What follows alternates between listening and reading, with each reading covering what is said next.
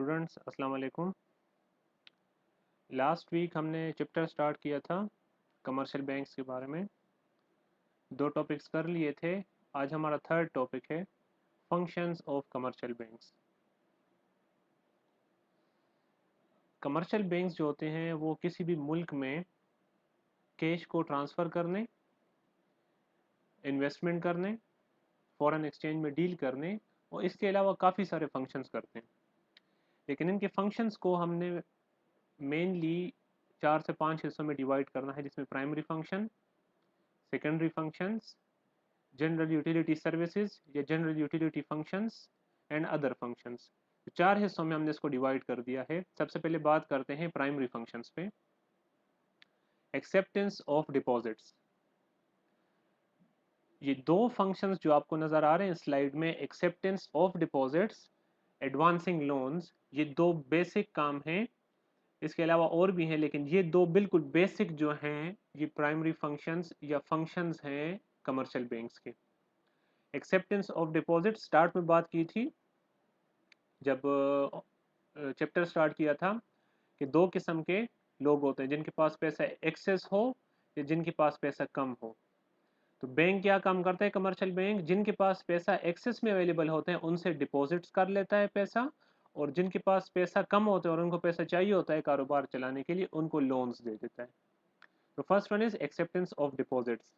जो excess money वाले लोग हैं उनसे ये डिपॉजिट्स लेता है। डिपॉजिट्स ये मेनली तीन सूरत में ले सकता है।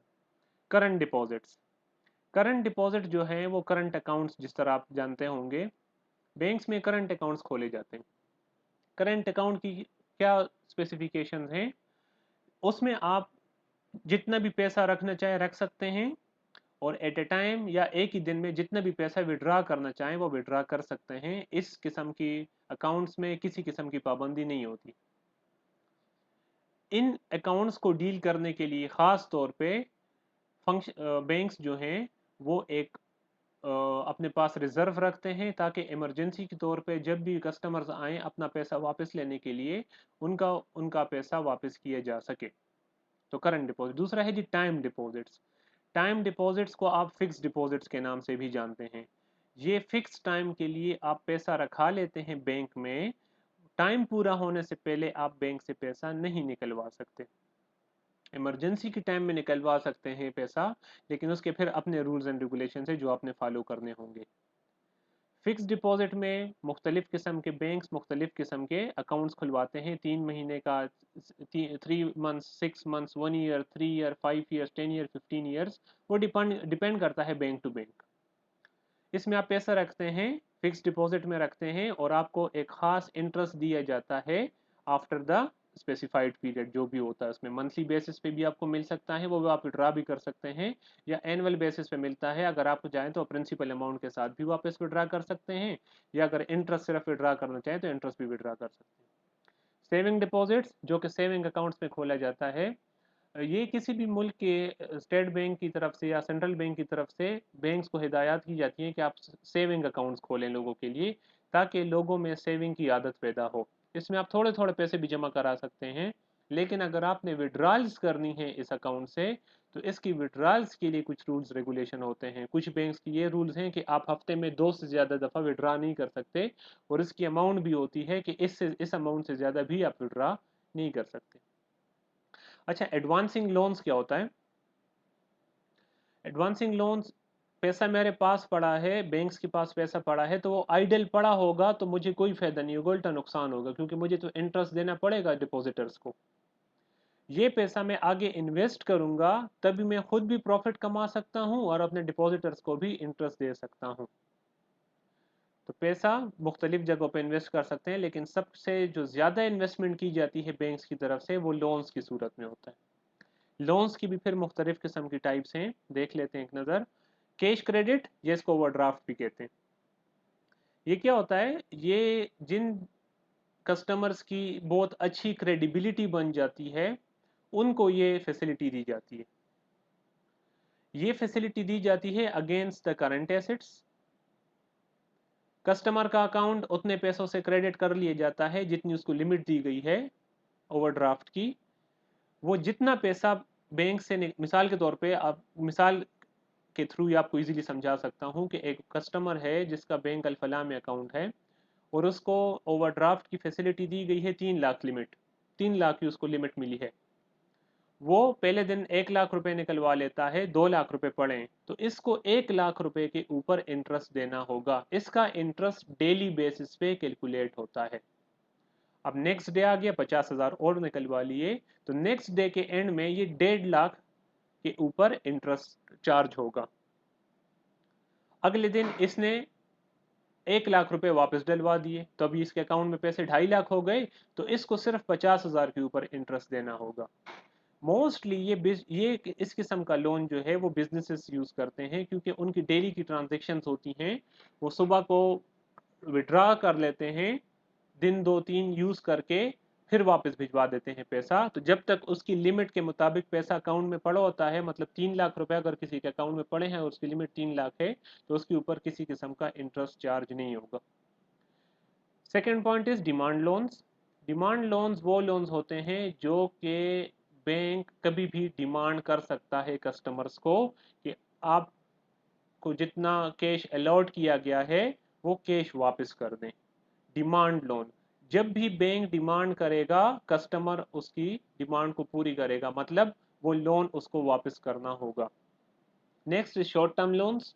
शॉर्ट टर्म लोन्स भी लिए जाते हैं, it can be for 1 month, 2 month, 3 month, 6 months के लिए हो सकते हैं, 1 ईयर के लिए हो सकते हैं। शॉर्ट टर्म लोन्स और लॉन्ग टर्म लोन्स भी होते हैं। लॉन्ग टर्म लोन्स जो हैं वो 10 साल 15 साल के लिए हो सकते हैं। मोस्ट ऑफ द टाइम ये इमूवेबल जो एसेट्स हैं, जो मॉर्गेज लोन्स होते हैं, वो हमारे लॉन्ग टर्म लोन्स कंसिडर किए जाएंगे। नॉट नेसेसरी हमेशा, but most of the time, जैसे मैंने बताया आपको, हमारे मॉर्गेज लोन्स जो हैं वो लॉन्ग टर्म लोन्स होते हैं। अब मॉर्गेज लोन्स, अच्छा इससे एक बात याद आ गई, 2008 में जो क्राइसिस आए थे पूरी दुनिया में आए थे, लेकिन वो स्टार्ट हुए थे अमेरिका से। ये क्यों आया था, वो मेन उसकी जो रीजन थी वो मॉर्गेज लोन्स थे। This was the basic reason कि वहां पे पूरी मार्केट, पूरी जो इकोनॉमी थी उनकी क्रैश कर गई।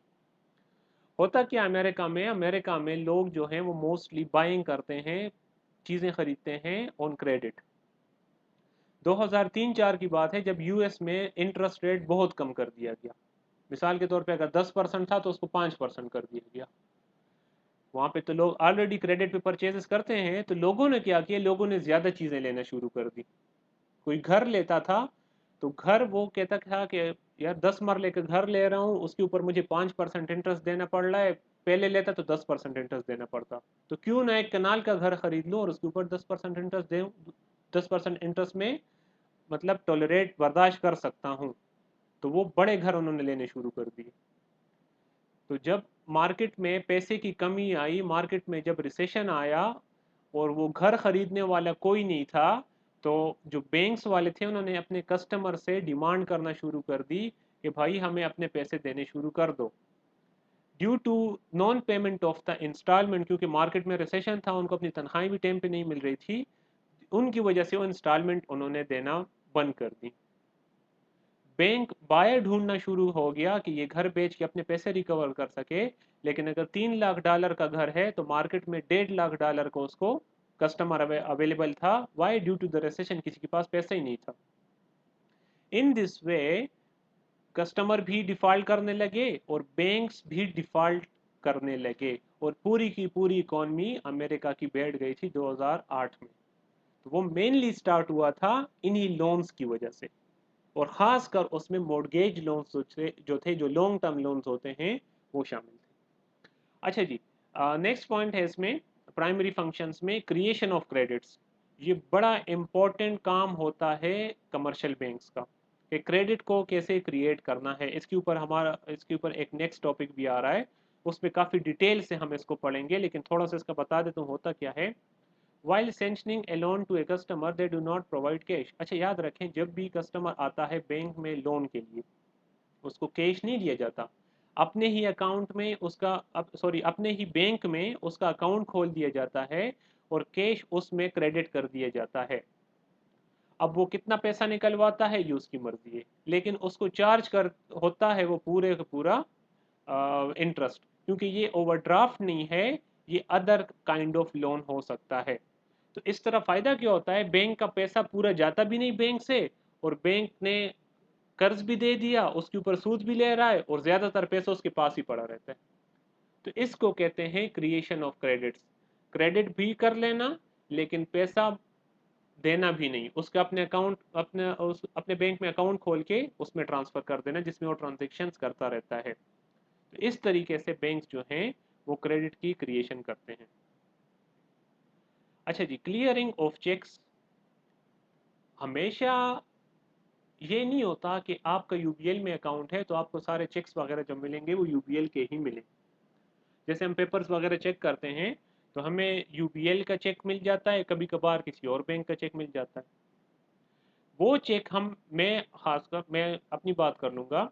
मेरा यूबीएल में अकाउंट है तो मुझे किसी भी बैंक का चेक मिले और मैं जाके डिपॉजिट करता हूँ अपने यूबीएल में, जिसमें मेरा अकाउंट है। वो फिर सेंट्रलाइज सिस्टम के थ्रू या सारे बैंक जो हैं वो आपस में मिलके वो चेक्स को क्लियर करते हैं, एक दूसरे का अकाउंट जो है वो डेबिट क्रेडिट करते हैं। आफ्टर 2 to 3 days वो चेक मेरे अकाउंट में क्रेडिट हो जाता है। इस तरीके से इसको कहते हैं clearing of cheques. It is the process of moving the of cheque in which it is deposited to the bank on which it is drawn and the movement of the money in the opposite direction. देखें, मेरे पास national bank का cheque आया, वो check में लेके UBL में जमा करा दिया, यूबीएल वाले रब्ता करेंगे नेशनल बैंक के साथ, नेशनल बैंक वाले इनका अकाउंट क्रेडिट कर देंगे या इनको पैसा दे देंगे। इसको कहते हैं clearing of cheque. Next point is financing foreign trade. Commercial bank देखें कॉमर्स से निकला है, कॉमर्स का काम ही बिजनेस सारा रिलेटेड चीज़ें होती हैं। तो फॉरेन ट्रेड भी कमर्शियल बैंक्स ही करते हैं। फॉरेन ट्रेड याद रखें, जब भी आप फॉरेन ट्रेड करते हैं तो इसमें ट्रस्ट की कमी होती है। अगर आपका कोई नया बायर है, आपका कोई नया सेलर है, तो ट्रस्ट की कमी होती है। ना आप स्टॉक भेज सकते हैं पहले, ना वो पैसे भेज सकता है पहले, दोनों के एक दूसरे पे एतमाद नहीं होता। तो बीच में एक ऐसा बंदा चाहिए जिसके ऊपर दोनों का एतमाद हो। तो इस सिचुएशन को टैकल करने के लिए मुख्तलिफ किस्म के जो टूल्स हैं वो यूज़ किए जाते हैं या इंस्ट्रूमेंट्स यूज़ किए जाते हैं from the commercial banks. First one is the letter of credit. Letter of credit इसकी में काफ़ी पार्टीज शामिल होती हैं। मोस्टली इसमें 4 पार्टीज होती हैं। एक एक्सपोर्ट करने वाले एक्सपोर्टर, दूसरा इंपोर्टर, एक इंपोर्टर्स का बैंक, दूसरा एक्सपोर्टर का बैंक। मेनली ये 4 इसमें शामिल होते हैं। मैं इंपोर्ट करना चाहता हूँ कोई चीज़, मैं अपने एक्सपोर्टर को बोलता हूँ आप मुझे चीज़ भेज दें, मैं आपको पैसे भेज दूंगा। वो कहते नहीं, पहले तुम पैसे भेज दो फिर मैं स्टॉक भेजूंगा। प्रॉब्लम क्रिएट हो गई, हम दोनों को एक दूसरे पर ट्रस्ट नहीं है। मैं चले जाता हूँ अपने बैंक के पास, मेरा बैंक एक्सपोर्टर के बैंक को कहता है कि भाई आप सामान भेज दो, अगर मेरे कस्टमर ने पैसे ना दिए तो मैं आपको पैसे दे दूंगा। मींस एक किस्म मेरी गारंटी ले लेता है। अब एक्सपोर्टर जो है वो मुतमईन हो गया कि चलो कुछ भी हो मुझे पैसे मिलने हैं। इन दिस वे ये ट्रांजैक्शन पूरी होती है। वो वहां से सामान भेजता है, यहाँ पे मैं जाके अपने अकाउंट में पैसे जमा करा लेता हूँ। मेरा बैंक एक्सपोर्टर के बैंक को पैसे भेज देता है और एक्सपोर्टर अपने बैंक से पैसे रिसीव कर लेता है। इन दिस वे एक ट्रांजैक्शन पूरी हो गई। Foreign bill of exchange. Bill of exchange क्या होता है, पढ़ा हुआ है आपने। Bill of exchange is an order, जिसमें एक ऑर्डर किया जाता है कि आप मुझे इस तारीख को इतने पैसे देंगे। तो अगर वो लो लेवल नेशनल लेवल पे है तो उसको बिल ऑफ एक्सचेंज कहते हैं, लेकिन अगर वो फॉरेन लेवल पे है, आप फॉरेन में किसी को ऑर्डर दे रहे हैं, तो फिर उसको फॉरेन बिल ऑफ एक्सचेंज कहते हैं। बैंक ड्राफ्ट क्या होता है, बैंक ड्राफ्ट जो है ये एक बैंक से दूसरे बैंक या एक बैंक पे की अपनी ही दूसरी ब्रांच पे हो सकता है। मोस्टली ये एक बैंक जब बैंक ड्राफ्ट खोलता है, इशू करता है, तो वो इसकी अपनी ही ऊपर लाइबिलिटी बन जाती है।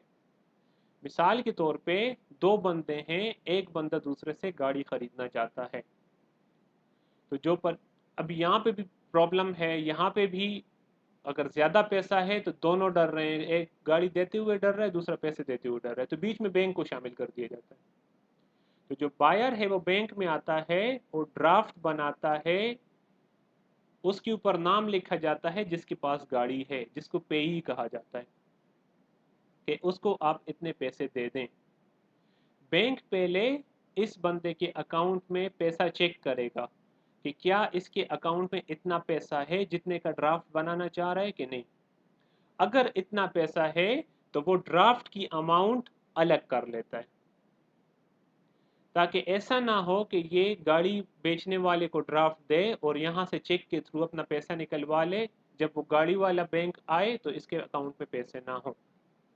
तो इतना पैसा अलग कर दिया जाता है ताकि अगर कल को गाड़ी का जो सेलर है वो आए तो उसको अपने पैसे की पेमेंट हो सके और बीच में बैंक दिवालिया ना हो जाए, डिफॉल्ट ना कर जाए या बैंक को लॉस ना हो।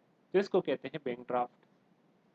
Next is remittance of funds. Remittance means आसान अल्फाज में बताऊं तो sending of money, transferring of money, एक जगह से दूसरी जगह पैसे ट्रांसफर करने को रेमिटेंस कहा जाता है। पूरे मुल्क में आप देखें पैसे ट्रांसफर होते हैं। इवन इनलैंड रेमिटेंसेज होती हैं जो पूरे मुल्क में अंदर जितने भी आप पैसे ट्रांसफर करना चाहिए आपको कमर्शियल बैंक ट्रांसफर करके दे देंगे। Discounting bill of exchange. अच्छा, बिल ऑफ एक्सचेंज को आप डिस्काउंट भी कर सकते हैं। आपके पास एक बिल ऑफ एक्सचेंज है जिसकी पेमेंट होनी है 15 अक्टूबर को, अभी जुलाई चल रहा है, तो ये काफ़ी टाइम हो गया वेट का, आपको भी पैसे चाहिए, तो आप बैंक में चले जाते हैं और उन्हें कहते हैं कि मेरे पास एक बिल ऑफ एक्सचेंज है जिसकी पेमेंट होनी है 15 अक्टूबर को, 10 लाख रुपए का बिल ऑफ एक्सचेंज है, आप मुझे इस अमाउंट से थोड़े कम पैसे दे दें क्योंकि मुझे पैसा चाहिए। बैंक उसको दे देता है मिसाल के तौर पे 9,50,000 या 9,60,000 रुपए, और 15 अक्टूबर को बैंक रिसीव कर लेगा 10 लाख रुपए, तो ये बीच में 40,000 जो है ये बैंक का प्रॉफिट होता है। आमतौर पे बैंक इतने कम मार्जिन के लिए डिस्काउंटिंग नहीं करता, राउंड अबाउट 10% तो चार्ज कर ही लेता है। जो 10% लाख रुपए हो गए तो बैंक को भी फायदा हो गया और मेरी रिक्वायरमेंट भी पूरी हो गई क्योंकि मुझे तो अभी पैसा चाहिए। This is called discounting of bill of exchange. Next is the secondary functions. इसमें पहला है जी एजेंसी सर्विसेज। बैंक अपने कस्टमर के लिए एजेंट का काम करता है, इसको कहते हैं जी एजेंसी सर्विसेज। एजेंसी सर्विसेज किसी भी सिचुएशन में हो रही हैं, आगे काफ़ी सारे पॉइंट्स हैं उनमें वो सिचुएशन डिस्कस हो जाएंगी। कलेक्टिंग चेक्स, बिल्स या ड्राफ्ट्स। बैंक अपने कस्टमर का एजेंट होता है जो कि इसके लिए चेक्स रिसीव करता है या बिल्स रिसीव करता है या ड्राफ्ट के ऊपर पेमेंट करता है या ड्राफ्ट के ऊपर रिसीव करता है। कलेक्टिंग इनकम्स, अगर आपने किसी कंपनी के शेयर्स खरीदे हुए हैं और आपने अपना अकाउंट नंबर दिया हुआ है तो एनुअल बेसिस पे या सेमी एनुअली या जिस तरह भी एक कंपनी डिविडेंड देती है वो आपके अकाउंट में पैसे भिजवा देगी, और ये बैंक की ड्यूटी है कि वो आपके लिए वो इनकम रिसीव करेगा। Paying expenses like insurance premium, आप अपने बैंक को इंस्ट्रक्शंस दे देते हैं कि एनुअली मेरे अकाउंट से इतने पैसे इंश्योरेंस प्रीमियम के तौर पे दे दें, या मेरा मंथली रेंट अदा कर दिया करें, या लोन की इंस्टॉलमेंट्स मेरे एक अकाउंट से दूसरे अकाउंट में ट्रांसफ़र कर दिया करें। ये सर्विसेज भी आपको कमर्शियल बैंक ही प्रोवाइड करते हैं और इसके अगेंस्ट वो कुछ ना कुछ सर्विस चार्जेस भी लेते हैं। Working as a representative of customers in buying and selling the securities. Investment banks जो होते हैं वो भी कमर्शियल बैंक्स होते हैं, वो आपके लिए बेसिकली काम करते हैं buying and selling of securities का। एक बंदा खुद बाइंग एंड सेलिंग नहीं कर सकता due to the lack of experience या ड्यू टू रिस्क एवर्जन या और भी कुछ भी वजह हो सकती है, क्योंकि वो डायरेक्टली कम्युनिकेट नहीं कर पाते एजेंट्स के साथ, ब्रोकर्स के साथ जो कि स्टॉक एक्सचेंज में बैठे होते हैं। लेकिन बैंक्स क्योंकि बड़ी लेवल पे इन्वेस्टमेंट करते हैं तो उनके पास कॉन्टेक्ट ज़्यादा होते हैं, उनके पास अपने इन्वेस्टमेंट के बंदे होते हैं जो कि रिस्क वगैरह मेजर करते हैं, फिर रिस्क को मैनेज करते हैं और इन्वेस्टमेंट करते हैं जिसमें कम अज़ कम खतरा होता है नुकसान का। तो वो रिप्रेजेंटेटिव के तौर पे भी काम कर सकते हैं और सिक्योरिटीज बाइंग एंड सेलिंग भी करते हैं अपने कस्टमर्स के बिहाफ पे। एक्टिंग एज ए ट्रस्टी, अच्छा जब भी रियल एस्टेट वगैरह की बाइंग एंड सेलिंग होती है तो फिर अगेन वही बात कि ज़्यादा पैसों की बाइंग एंड सेलिंग है, लेन देन है, तो उसमें भी कस्टमर अपने बैंक को इन्वॉल्व कर सकता है।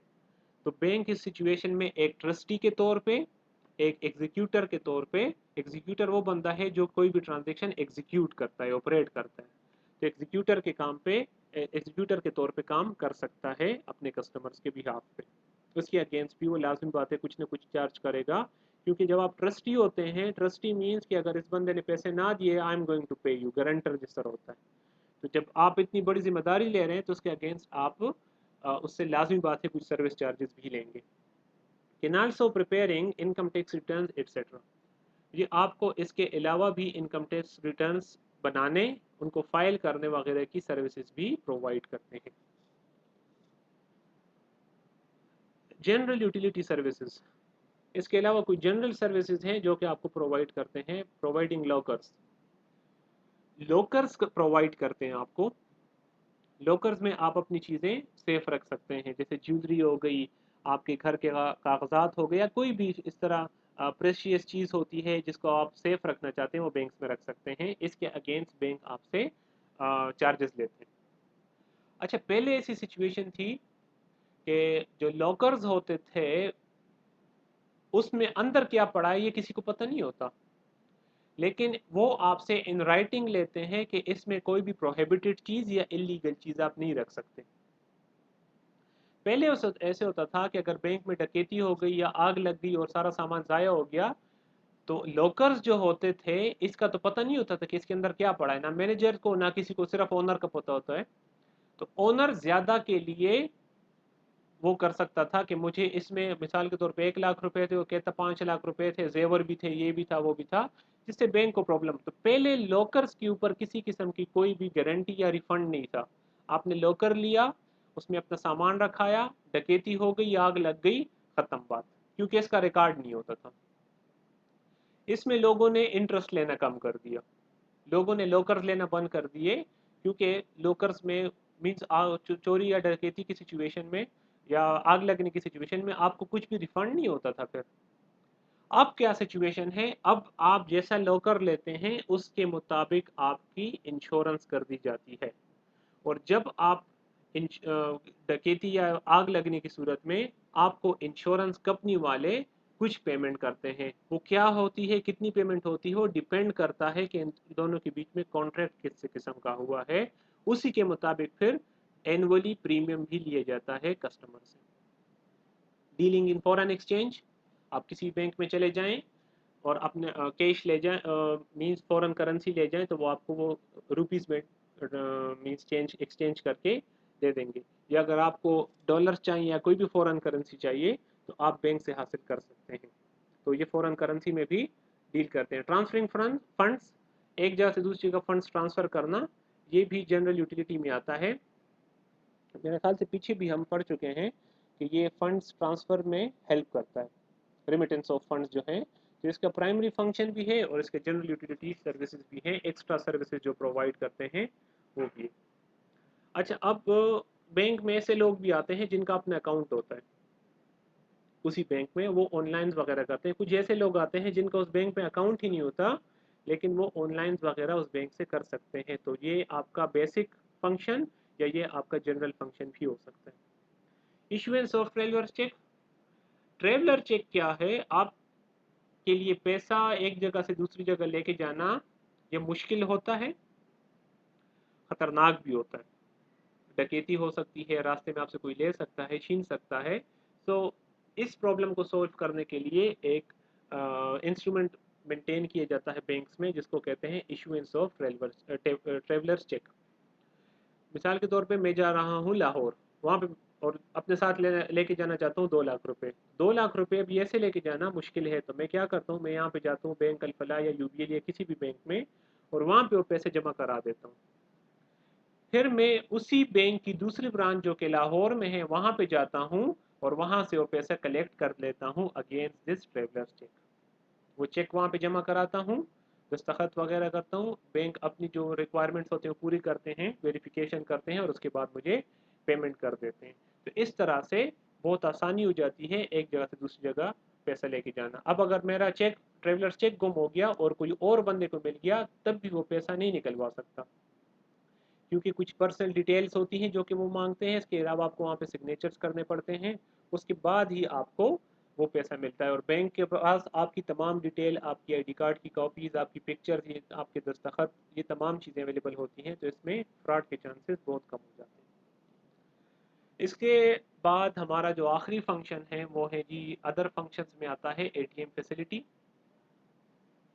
एटीएम फैसिलिटी आजकल बहुत ज़रूरी हो गई, शायद पहले लेक्चर में हमने डिस्कस किया था लास्ट वीक कि इसके बहुत सारे फ़ायदे हैं, और इसका एक फ़ायदा ये भी है कि बैंक के ऊपर बर्डन कम हो जाता है।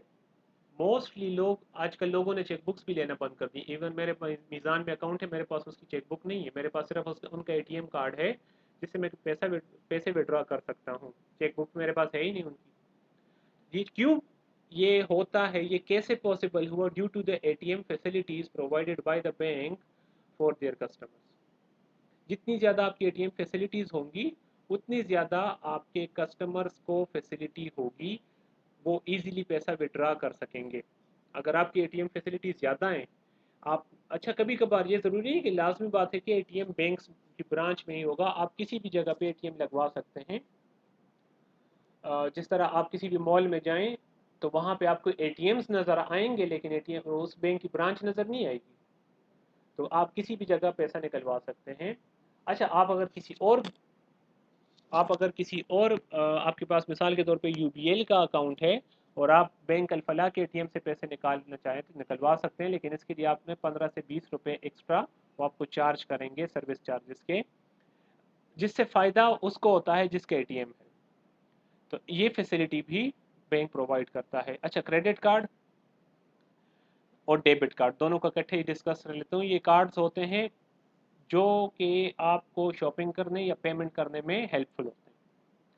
नाम से पता लग रहा है क्रेडिट कार्ड।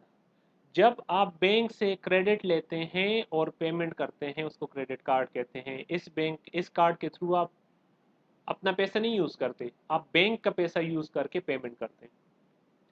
अब पाकिस्तान में मुख्तलिफ़ किस्म के बैंक्स ने मुख्तलिफ़ किस्म की फैसिलिटीज़ देना शुरू कर दी अपने कस्टमर्स को। कुछ बैंक्स ऐसे हैं जो ये फैसिलिटी प्रोवाइड करते हैं कि आप क्रेडिट कार्ड लें, उसके एनुअल कोई चार्जेस होते हैं, आप इससे पेमेंट करें, मींस बैंक पेमेंट करेगा आपके बिहाफ पे। विद इन 45 डेज आप अपने अकाउंट में उतना पैसा वापस डलवा लें। मिसाल के तौर पे मैंने शॉपिंग करनी है, मैंने शॉपिंग कर ली 35,000 की, मैंने क्रेडिट कार्ड से पहले पेमेंट कर दी, मैंने अपना पैसा नहीं दिया, मैंने बैंक का पैसा दे दिया। अब वो बैंक मुझे टाइम देता है 45 डेज का कि 45 दिन में मैं ये 35,000 रुपीज़ बैंक को रिफंड कर दूं। अगर मैंने 45 डेज में ये पैसा रिफंड कर दिया तो मेरे ऊपर किसी किस्म का इंटरेस्ट नहीं आएगा।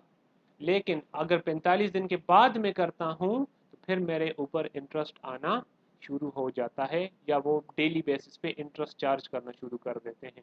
अब मैंने मिसाल के तौर पे 60 डेज, आफ्टर 60 डेज मैंने पेमेंट की है तो 15 दिन का मुझे इंटरेस्ट भी देना पड़ेगा। 45 डेज तक फ्री है, उसके बाद इंटरेस्ट देना या इंटरेस्ट चार्ज होना शुरू हो जाता है। डेबिट कार्ड कौन सा कार्ड है? आप अपना पैसा यूज करते हैं डेबिट कार्ड में, आपके अकाउंट में जितना पैसा पड़ा है आप उससे पेमेंट कर रहे होते हैं, आपका अपना पैसा है, इसलिए इस पे किसी किस्म की एक्स्ट्रा चार्जेस वगैरह नहीं आते। हाँ, बैंक के अपने कार्ड के चार्जेस होते हैं, लेकिन अभी ज़्यादातर बैंक्स ने फ्री डेबिट कार्ड्स भी देना शुरू कर दिए हैं अपने कस्टमर्स को फैसिलिटी प्रोवाइड करने के लिए। अच्छा, याद रखें, पाकिस्तान में 50,000 से अगर आप ज़्यादा विड्रॉल्स करते हैं एक ही दिन में तो आपने 0.03% है या 0.06% है, इतना आपने एक्स्ट्रा देना होगा, या आपके अकाउंट से इतने एक्स्ट्रा चार्जेस कटेंगे बैंक की तरफ से। और ये स्टेट बैंक ऑफ पाकिस्तान की तरफ से इम्प्लीमेंट किया गया है बैंक्स के ऊपर। तो 50,000 से अगर आपने ज़्यादा ट्रांजेक्शन करनी है तो आपने फिर टैक्स देना होगा। इंटरनेट एंड मोबाइल बैंकिंग आजकल बड़ा आसान हो गया है। इंटरनेट बैंकिंग आ गई है, मोबाइल बैंकिंग आ गई है, हर एक बैंक ने अपना ऐप बना लिया है। ऐप डाउनलोड करें, अपने अकाउंट, अपने मोबाइल के ऊपर टॉपअप भी कर सकते हैं, किसी को ऑनलाइन भी कर सकते हैं, अपने घर के तमाम बिल्स भी पे कर सकते हैं। काफ़ी सारी उसमें फैसिलिटी आपको मिलती है, आपको बैंक जाने की ज़रूरत भी नहीं होती। घर बैठे आप ये तमाम फैसिलिटीज़ अवेल कर सकते हैं अपने बैंक की तरफ से। तो ये था जी फंक्शंस ऑफ कमर्शियल बैंक, जिसको हमने मेनली 4 हिस्सों में डिवाइड किया। Primary functions of commercial bank, secondary functions, general utility functions या सर्विसेज, एंड अदर फंक्शंस। इसमें फिर जितने पॉइंट्स हैं वो भी डिटेल में डिस्कस हो गए। आज के लिए इतना काफ़ी है। Thank you. अल्लाह।